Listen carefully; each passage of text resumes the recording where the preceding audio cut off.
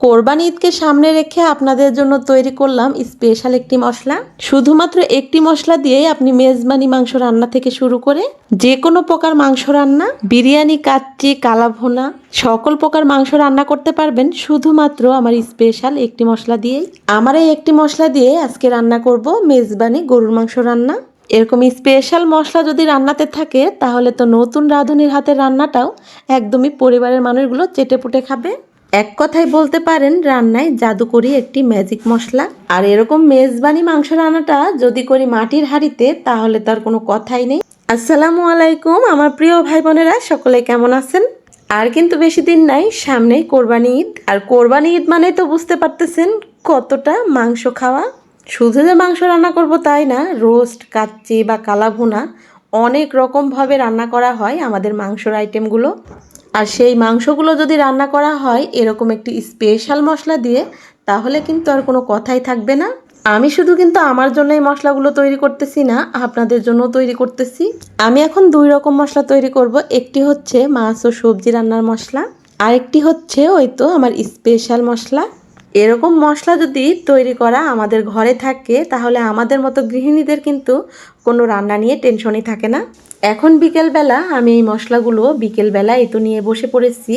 এই মশলাগুলো আমি আগে হালকা করে একটু ভেজে নেব, মানে ভাজা না তো, একটু আগুনের উপরে কড়াইয়ে গরম করে নেব।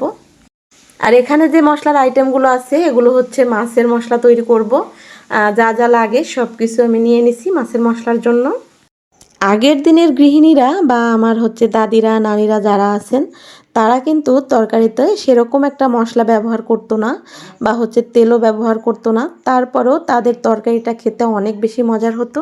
তবে তাদের ঘরে শুধুমাত্র এরকম একটা মশলাই থাকতো, আর এই কারণেই তাদের রান্নাগুলো এত বেশি মজার হতো খেতে। আগের দিনের রান্নার স্বাদ কিন্তু আমরা কখনোই ভুলতে পারি না। আগের দিনের রান্নার স্বাদ এখনো মুখে লেগে থাকে, আর আমরা সেই প্রশংসা নানি দাদিদেরকে এখনো করে আসি। তবে আজকের যে মশলাগুলো আমার তৈরি করা হবে এই মশলা যদি আপনাদের ঘরে থাকে অবশ্যই আপনার প্রিয় মানুষগুলো রান্না খেয়ে বলবে সে আগের দিনের স্বাদ পাচ্ছে তরকারিতে।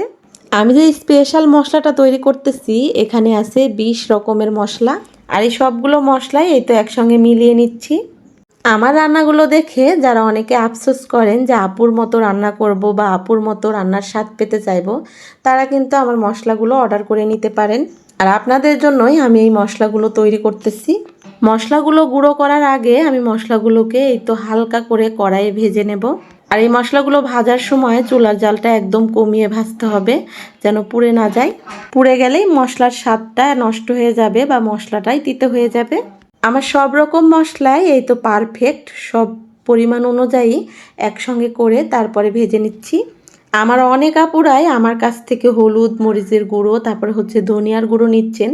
তারপরে অনেকেই বলতেছেন যে আপু তোমার কাছে কি কোনো স্পেশাল মশলা আছে যেটা দিয়ে মাংস রান্না করলে অনেক বেশি মজার হবে, বা যে মশলা দিয়ে আমি সব রকম মাংস রান্না করতে পারবো। আসলে তাদের কথা চিন্তা করে আপনাদের সামনে নিয়ে আসলাম আমার এই স্পেশাল মশলাটি।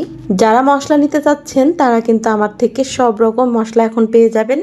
আর এই মশলাগুলো আমাদের নিত্যদিনের সঙ্গী গৃহিণীদের বলতে পারেন, কারণ আমাদের প্রতিদিন রান্নাতেই সব রকম আইটেমেই মশলার প্রয়োজন। আমরা কিন্তু প্রতিটি গৃহিণীরাই চাই যে আমাদের রান্নাগুলো খেয়ে পরিবারের যে প্রিয় মানুষগুলো আছে তারা অনেক বেশি প্রশংসা করুক বা আমাদের রান্নাগুলো তৃপ্তিমতো যেন খেতে পারে, সেভাবে রান্না করার কিন্তু আমরা চেষ্টা করি। তবে দিন শেষে অনেক সময় রান্নায় কম বেশি হয় বা অনেক সময় খারাপ হয়, তবে যদি এরকম মশলা থাকে খারাপ হওয়ার চান্স একদমই থাকবে না। মশলার স্বাদেই তরকারির স্বাদ দ্বিগুণ বাড়িয়ে দিবে। আমার অথেন্টিক গ্রামীণ পণ্যগুলো প্রতিটি পণ্যই আমার নিজের হাতে ঘরে তৈরি। আর বাড়ির স্বাদ, বাড়ির ঘ্রাণ, বাড়ির তৈরি যেরকম আমি খাই সেরকমটাই আপনাদেরকেও কিন্তু তৈরি করে দিই। এক কথায় বলতে পারেন আমার পণ্য থেকে বাড়ির ঘ্রাণ, স্বাদ সব কিছুই পাবেন। আর যে সকল আপুরা আমার থেকে পণ্যগুলো নিচ্ছেন তারা আলহামদুলিল্লাহ শুধু একবার না, প্রতিদিনের নিত্যদিনের আমার সঙ্গী হয়েছে আমার আপুরা। আমি আমার গ্রাম থেকে যতটা সম্ভব আমার গ্রামীণ পণ্যগুলো তৈরি করে আপনাদেরকে দেওয়ার চেষ্টা করি। শীতের সময় তো খেজুরের গুড় বানাইছি, সেগুলোও দিছি, আখের গুড়টাও দিছি। এখন যেহেতু খেজুরের গুড়টা নাই তবে আখের গুড়টা অল্প পরিমাণে আছে, যারা নিতে চাচ্ছেন এখনও কিন্তু নিতে পারবেন। এখন শুধু পাবেন এই তো সব রকম মশলা আর হচ্ছে সরিষার তেল আর হচ্ছে আখের গুড়টা। এবার যে মশলাগুলো আমি ভেজে নেব, এই মশলাটা আমি ব্যবহার করব মাছ বা সবজির তরকারিতে। আমার যে প্রতিটি মশলাই তৈরি করতেছি, আর এই মশলাগুলো কিন্তু আপনার তরকারিতে বেশি ব্যবহার করা লাগবে না, শুধুমাত্র 1 চামচ করে তরকারিতে ব্যবহার করলেই তরকারির স্বাদ অনেক অনেক গুণে বেড়ে যাবে। যে মশলাগুলো আগেই পুড়ে যাবে সেগুলো আমি পরে দেব, আর এই তো যেগুলো দেরিতে পুড়বে বা দেরিতে ভাজা হবে সেগুলো আমি আগে দিচ্ছি। আর এইভাবেই সবগুলো মশলাই ভেজে নিতে হবে। মশলার জগতে যত কিছুই আছে সব কিছুই আমার কাছ থেকে এখন পেয়ে যাবেন, আর কোনো চিন্তা নাই। আমার গৃহিণী আপুদের কষ্ট ছাড়াই রান্না করে ফেলবে আমার আপুরা অনেক অনেক মজার মজার খাবার। আমি রান্না করার পরে আমার রান্নাগুলো খেয়ে যেমন আমার পরিবারের মানুষগুলো অনেক বেশি প্রশংসা করে, আজ থেকে আমার প্রিয় আপুদের পরিবারের মানুষগুলো সেই রান্নাগুলো খেয়ে অনেক বেশি প্রশংসা করবে। আমার এই মশলাগুলো তৈরি করার পরে আজকে আপনাদের সঙ্গে শেয়ার করব চট্টগ্রামের বিখ্যাত মেজবানি গরুর মাংস রান্না। এই মেজবানির কথা শুনলে চট্টগ্রামের মানুষগুলো দাওয়াত খেতে ভুল করে না। আর ওই মেজবানি মাংস রান্নাটা একটা সিক্রেট মশলা দিয়ে করে, সেই মশলাটা দিয়েই আমি আজকে রান্না করব, বা কিভাবে কি দিয়ে রান্না করে সেটাই আপনাদের সঙ্গে শেয়ার করব। তাহলে আমার প্রিয় ভাই বোনেরা, ভিডিওতে একটি লাইক দিয়ে আমার সঙ্গেই থেকে যান। কি এই সিক্রেট মশলা দিয়ে মেজবানি মাংসটা রান্না করে যে এত বেশি মজার হয়, বা কিভাবে রান্না করে সেটা দেখতে হলে আজকে কিন্তু একটুও ভিডিও স্কিপ করা যাবে না। চট্টগ্রামের মানুষের কাছে কেন এত জনপ্রিয় মেজবানি মাংস রান্নাটা, সেটা আমার রান্নাটা দেখলেই বুঝতে পারবেন। 2 রকম মশলা তৈরি করার জন্যই আমার মশলাগুলো ভাজা হয়ে গেছে। এখন এই তো নেড়ে চেড়ে দিচ্ছি। মশলাটাকে ঠান্ডা হলে তারপরে ব্লেন্ডারে গুঁড়ো করে নেব। আমি মশলাগুলোকে বিকেলে রেডি করেছিলাম আর হচ্ছে রাতে গুঁড়ো করে রেখে দিচ্ছি। আর এখন হচ্ছে পরের দিন, এই তো বেলা 11টা বাজে। আমার সকল প্রকার মশলা নিয়ে আমি হাজির আমার মেজবানি গরুর মাংস রান্নাটা করার জন্য। আজ আমার প্রতিটি পণ্য দিয়ে রান্না করা হবে এই মেজবানি গরুর মাংস রান্নাটা। আমি এখানে মেজবানি গরুর মাংস রান্না করার জন্য 2 কেজি গরুর মাংস নিছি, হাড্ডি চর্বি আর হচ্ছে মাংস সহ। আর এই মাংসটা রান্না করার জন্য নিচ্ছি আমার নিজের হাতের তৈরি প্রতিটা পণ্যই। এখানে আছে হলুদ গুঁড়ো, মরিচ গুঁড়ো, ধনিয়া গুঁড়ো আর হচ্ছে ওই তো স্পেশাল মশলা। রান্নার আগে আমার যে মশলাগুলো তৈরি করছি সেগুলো একটু দেখিয়ে দিই। এটা হচ্ছে ধনিয়ার গুঁড়ো, আর এই ধনিয়ার গুঁড়োটাও কতটা পিওর বা কতটা অথেন্টিক সেটা কিন্তু আপনারা জানেন। ডিব্বাগুলার মুখা খুললেই মনে হচ্ছে চারিদিকে ঘ্রাণ ছড়িয়ে পড়তেছে। আর এই তো এটা হচ্ছে স্পেশাল মশলা যেটা আমি তৈরি করলাম। যেহেতু সব রকম মশলা দেখতে একই রকম লাগতেছে, সেই জন্য আমি মশলার গায়ে নাম লিখে রাখছি। আর এই তো এটা হচ্ছে সবজি বা মাছের মশলা, আর এইটা হচ্ছে হলুদ গুঁড়ো আর হচ্ছে মরিচ গুঁড়ো। এই সব রকম মশলাই কিন্তু অর্ডার করলে আমার কাছ থেকে পেয়ে যাবেন। তার সঙ্গে খাঁটি সরিষার তেলটাও। যারা স্বাস্থ্য সচেতন তারা কিন্তু সরিষার তেলটাই খান, আর সরিষার তেলটা খেতে চাইলে মানে খাঁটিটা পেতে চাইলে আমার কাছ থেকে নিতে পারেন। আর আমার প্রতিটা পণ্যই কিভাবে তৈরি করি সেটা কিন্তু ভিডিওর মাধ্যমে আপনাদের সঙ্গে শেয়ার করি। আমার অন্যান্য ভিডিওগুলো দেখলে আপনারা জানতে পারবেন। আজকে রান্না করতেছি মেজবানি গরুর মাংস রান্না। আর এই তো রান্নাটা করার জন্য এখানে আমি 2 কেজি গরুর মাংস, তার সঙ্গে নিয়ে নিচ্ছি অনেকগুলো পেঁয়াজ কুচি, আর এখানে আবার এই তো গরম মশলা, তেজপাতা এগুলো দিয়ে দিলাম, কিছু চিড়ে রাখা কাঁচা মরিচ, আর এই তো রসুন কোয়া। এখানে আছে কয়েক রকম বাটা মশলা। আমি কিন্তু এবার দিয়ে দিচ্ছি নারিকেল বাটা, 2 চামচের মতো নারিকেল বাটা দিয়ে দিলাম। এবার দিয়ে দিচ্ছি বাদাম বাটা। এখানে আছে চীনা বাদাম, কাজু বাদাম ও কাঠবাদাম, তিন ধরনের বাদামই আমি এই তো একসঙ্গে বেটে নিচ্ছি। এবার দিয়ে দিচ্ছি 1 চামচের মতো এই তো জিরা বাটা, আর এটা হচ্ছে এই তো আদা বাটা, এটাও 1 চামচের মতোই হবে। 1 চামচের মতো কিন্তু সরিষা বাটাও দিব, আর আমি হলুদ সরিষাটা বেটে নিচ্ছি। আপনারা চাইলে লাল সরিষাটাও বেটে নিতে পারবেন। এখানে 1 চামচের মতো এবার দিয়ে দিলাম পোস্ত বাটা। আর মেজবানি মাংস রান্না মানে সিক্রেট মশলা, সেই জন্যই এত বেশি মজা হয় খেতে। রসুন বাটা দিয়ে তারপরে দিয়ে দিলাম 1 চামচ হলুদ গুঁড়ো। আমি যে মশলাটা তৈরি করলাম তার থেকে 1 চামচ হয়তো স্পেশাল মশলাটা দিয়ে দিলাম। এই মশলাটা এখন 1 চামচ আমি ব্যবহার করলাম, আর রান্নার শেষ পর্যায়ে 1 চামচ ব্যবহার করব। আর এই তো দেখুন আমার এই অথেন্টিক একদম মরিচের গুঁড়োর কালারটা কতটা সুন্দর। আর এটা সামান্য পরিমাণ ব্যবহার করলেই তরকারিতে একদম পারফেক্ট ঝাল হয়ে যায়। আর আমরা যেহেতু একটু ঝালের পরিমাণ বেশি খাই, সেই জন্য ঝালটা একটু বেশিই দিই। এবার দিয়ে দিচ্ছি ধনিয়ার গুঁড়ো। সব রকম মশলা দেওয়া হয়ে গেলে তেমন একটা আর কাজ নেই, খুব তাড়াতাড়ি এই মাংসটা রান্না করা যায়। আর এই তো সরিষার তেল ছাড়া তো মেজবানি রান্নাটা হবেই না। খাঁটি সরিষার তেলটাও দিয়ে দিলাম। এবার একটা বড় প্লেটে নিয়ে নিচ্ছি ভালো করে হাতে মেখে নেওয়ার জন্য। আর এই সব মশলাগুলোকে হাতে এমনভাবে মেখে নেব যে রান্নার আগে সব মশলাগুলো এই তো মাংসের মধ্যে ঢুকে যাবে। মাংসটা হাতে মাখাচ্ছি আর যে একটা ঘ্রাণ আসতেছে, মনে হচ্ছে অর্ধেক রান্না হয়ে গেছে। ঘ্রাণেই বোঝা যাচ্ছে যে কতটা মজা হবে রান্নাটা। তবে তো শুধু মাংসটা মাখাচ্ছি, কিন্তু একটা যে জিনিস দিতে ভুলে গেছি সেটা তো মনেই নাই। মাংসটা মাখানোর পরে মনে হয়েছে আমি তো লবণটাই দিইনি, যেটা আসল জিনিস, যেটা না দিলে তরকারির স্বাদই পাওয়া যাবে না। পরেই তো আবারও লবণটা দিয়ে ভালো করে মাংসের সঙ্গে লবণটা মিলিয়ে নিলাম। আমি এই মেজবানি গরুর মাংসটা মাটির হাঁড়িতে রান্না করব।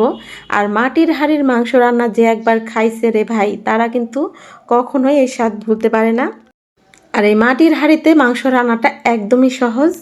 এটা আমার পুরাতন পাতিল, তবে যারা নতুন পাতিল আনবেন তারা কিন্তু শুধুমাত্র ধুয়েই এই তো মাংসটা এভাবে মাখিয়ে চুলার উপরে উঠিয়ে দিবেন। আর কখনোই কিন্তু এই ভুলটা করবেন না যারা মাটির হাঁড়িতে রান্না করবেন, কারণ মাটির হাঁড়িটা যদি চুলার উপরে রেখে আগে আগুনটা ধরিয়ে দেন আর খালি পাতিলে যদি আগুনের তাপ লাগে তাহলে তলা কিন্তু ফেটে যাবে। সেই জন্য এভাবে মাংসটা দেওয়ার পরে তারপরে চুলার জালটা ধরিয়ে দিবেন। আর আমি যে মাংসটা রান্না করব এই মাংসতে আলাদা করে কোনো পানি দিব না। এই তো যে মশলার যে বাটি ধুয়ে যে পানিগুলো সেগুলাই দিচ্ছি, তার সঙ্গে সামান্য পরিমাণে হাত ধুয়ে আর একটু পানি দিয়ে দিলাম। এবার ঢাকনা দিয়ে ঢেকে দিয়েই তো চুলার জালটা ধরিয়ে দিচ্ছি। আর আমি কিন্তু কষাতে কষাতেই মাংসটাকে একদম সুন্দর মতো রান্না করে নেব। আর মাটির হাঁড়িতে মাংস রান্না করলে মাংসটা এমনিতেই খুব সুন্দর মতো খুব তাড়াতাড়ি সিদ্ধ হয়ে যায়। প্রথমে চুলার জালটা আমি অনেক হাই হিটে দিব যেন তাড়াতাড়ি এই তো মাংসর বলকটা উঠে যায়। তবে যখন মাংসের বলক উঠে যাবে, মাংসটা অনেক বলক উঠতে থাকবে, তখন চুলার জালটা একটু কমিয়ে রান্না করলেও হবে। আর এই তো আমার স্পেশাল মশলাগুলো, আমার নিজের হাতে তৈরি করা মশলাগুলো যারা নিতে চাচ্ছেন, আবারও বলতেছি তাড়াতাড়ি করে অর্ডার করে নিয়ে নিন। যারা ঈদের আগে নেবেন ভাবতেছেন, ঈদের এক সপ্তাহ আগেই কিন্তু অর্ডার কমপ্লিট করতে হবে। আর ঈদের এক সপ্তাহ আগে এই তো কুরিয়া বন্ধ হয়ে যায়, তখন কিন্তু আপনাদের হাতে পৌঁছাতে পারবো না। আর আমার পণ্যগুলো নেওয়ার জন্য আপনাদেরকে অগ্রিম 1 টাকাও পেমেন্ট করতে হবে না। আপনার ডেলিভারি ম্যান যখন আমার মশলাগুলো নিয়ে যাবে, যখন হাতে পাবেন মশলাগুলো চেক করে নিয়ে তারপরে টাকা দিবেন ডেলিভারি ম্যানকে। আর যদি মনে করেন আমার পণ্য নেবেন না, তাহলে ডেলিভারি ম্যানকে ঘুরত দিয়ে দিতে পারেন। আর যারা একবার নেবেন, আমি এই তো আপনাদেরকে কথা দিচ্ছি সারা জীবন আমার এই মশলাগুলো দিয়ে তরকারি রান্না করার চেষ্টা করবেন। আর এই তো দেখুন কতটা পানি উঠে গেছে মাংসতে। আর এই মেজবানি গরুর মাংসটা রান্না করতে গেলে বারে বারে কিন্তু নাড়াচাড়া করতে হবে, যেহেতু এখানে বাদাম বাটা দেওয়া আছে, অনেক রকম মশলা দেওয়া আছে, তলে পুড়ে লেগে যাবে। আর পুড়ে গেলে তরকারির ঘ্রাণটাই একদম নষ্ট হয়ে যাবে। চুলার পাড়ে কিন্তু অনেক রোদের তাপ দুপুরবেলা, সেটা আপনারা দেখতেই পাচ্ছেন। এই জন্য চুলাটা আস্তে আস্তে জ্বলতেছে আর আমি একটু পরপর নাড়াচাড়া করে দিচ্ছি ঢাকনা উঠিয়ে। আর ওই তো ঘরে গিয়ে ফ্যানের বাতাসে বসে থাকতেছি। পাতিলের ঢাকনাটা খুললেই মেজবানি গরুর মাংসের রান্নার স্বাদটা মানে ঘ্রাণটা চারিদিকে ছড়িয়ে পড়তেছে। ঘ্রাণে কিন্তু অনেকে আবার বলতেওছে যে এদিকে কি রান্না হচ্ছে যে এত বেশি ঘ্রাণ আসতেছে। মাংসটা যখন হয়ে আসবে তার আগ দিয়েই তো আমি কিছু পেঁয়াজের বেরেস্তা দিয়ে দিচ্ছি। আমি সব মশলাগুলোই আজকে রেডি করে রেখেছিলাম, তারপরে আপনাদের সঙ্গে শেয়ার করতেছি মাংস রান্নাটা। আর এই তো তার সঙ্গে আবারও দিয়ে দিব 1 চামচের মতো মেজবানি মশলাটা। আর চুলা থেকে পাতিলটা নামানোর আগ দিয়ে এই মশলাটা এভাবে দিয়ে একটু তরকারিটা নাড়াচাড়া করে নামিয়ে নিতে হবে। আর বেশিক্ষণ কিন্তু তরকারিটা এভাবে জাল করলে, মাংসটা রান্না করলে আবার ঘ্রাণটা নষ্ট হয়ে যাবে। তাই মশলার ঘ্রাণটা ভরপুর পেতে তাড়াতাড়ি করে এই তো তরকারিটা মানে মাংসটা নামিয়ে নিন। আমার মাংসের কালারটা দেখুন, কালারটা দেখে অবশ্যই বুঝতে পারতেছেন যে এটা খেতে কতটা মজার হয়েছে। চুলায় কিন্তু আমি পরে আর জাল দিই নাই, যে চুলার যে একটা গরম ভাব সেটাতে এই তো আমার তরকারিটা হয়ে গেছে। আর মাংসটা কিন্তু খুব তাড়াতাড়ি খুব সুন্দর মতো সিদ্ধ হয়ে গেছে। পাতিলের সম্পূর্ণ মাংসগুলোই আমি ঢেলে নিচ্ছি। গরুর মাংস কিন্তু সব মানুষেরই প্রিয়, তবে মেজবানি গরুর মাংস রান্নাটা এমন মানুষ নাই যে খায় না। আর এরকম মেজবানি গরুর মাংসের সঙ্গে যদি পোলাও না থাকে তাহলে কি হয়, তাই জন্য কিন্তু আমি পোলাওটাও অফ ক্যামেরায় রান্না করে নিচ্ছি। এই পোলাওয়ের সঙ্গে লেবু, শসা আর যদি থাকে কয়েক টুকরো এই তো গরুর মাংস, ছোট থেকে বড় সবাই কিন্তু অনেকটা মজা করে তৃপ্তি করে এই মাংস দিয়ে ভাত খেতে পারবেন। আর এই মাংসটা শুধু মজার না, এই মাংসের যে গ্রেভি মানে ঝোলটা সেটাও অনেক বেশি মজার খেতে। কেন বলতেছি জানেন? আমি যখন তরকারিটা চেখে দেখেছিলাম তখনই বুঝতে পেরেছি যে ঝোলটাও কতটা মজার খেতে। আর বেশি কথা বলবো না, আমার প্রিয় ভাই বোনদের সঙ্গে অনেক কথা বলছি, এখন শুধু চুপচাপ খেয়ে নেব। আর এই তো লেবুটা প্রথমে ভাতের উপরে মানে পোলাওর উপরে চিপে নিলাম। আর মাংসগুলো খুব সুন্দর সিদ্ধ হয়ে গেছে। তবে আমরা মাংস কিন্তু একদম নরম সিদ্ধ খেতে পছন্দ করি না, এরকম সিদ্ধটাই পছন্দ করি। বিসমিল্লা বলে খাওয়াটাও শুরু করে দিলাম। আর আমার প্রিয় ভাই বোনদের কাছ থেকে খেতে খেতেই বিদায় নিব। আর আজকের ভিডিওটি আপনাদের কাছে কেমন লাগলো সেটা কিন্তু জানাতে ভুলবেন না। আর খেতে খেতে ভিডিও থেকে বিদায় নেওয়ার আগে আরেকটি কথা মনে করিয়ে দিচ্ছি, যারাই তো আমার এই মশলাগুলো নিতে চাচ্ছেন তারা কিন্তু দেরি করবেন না, ঈদেরও আর বেশি দিন নাই, তাড়াতাড়ি করে আমার স্ক্রিনে থাকা নাম্বারে অর্ডার করে নিন। সবজি আর মাছের জন্য যে মশলাটা তৈরি করেছি সেটার কথা কিন্তু আমার আপুরা ভুলে যায়েন না। আল্লাহ হাফেজ।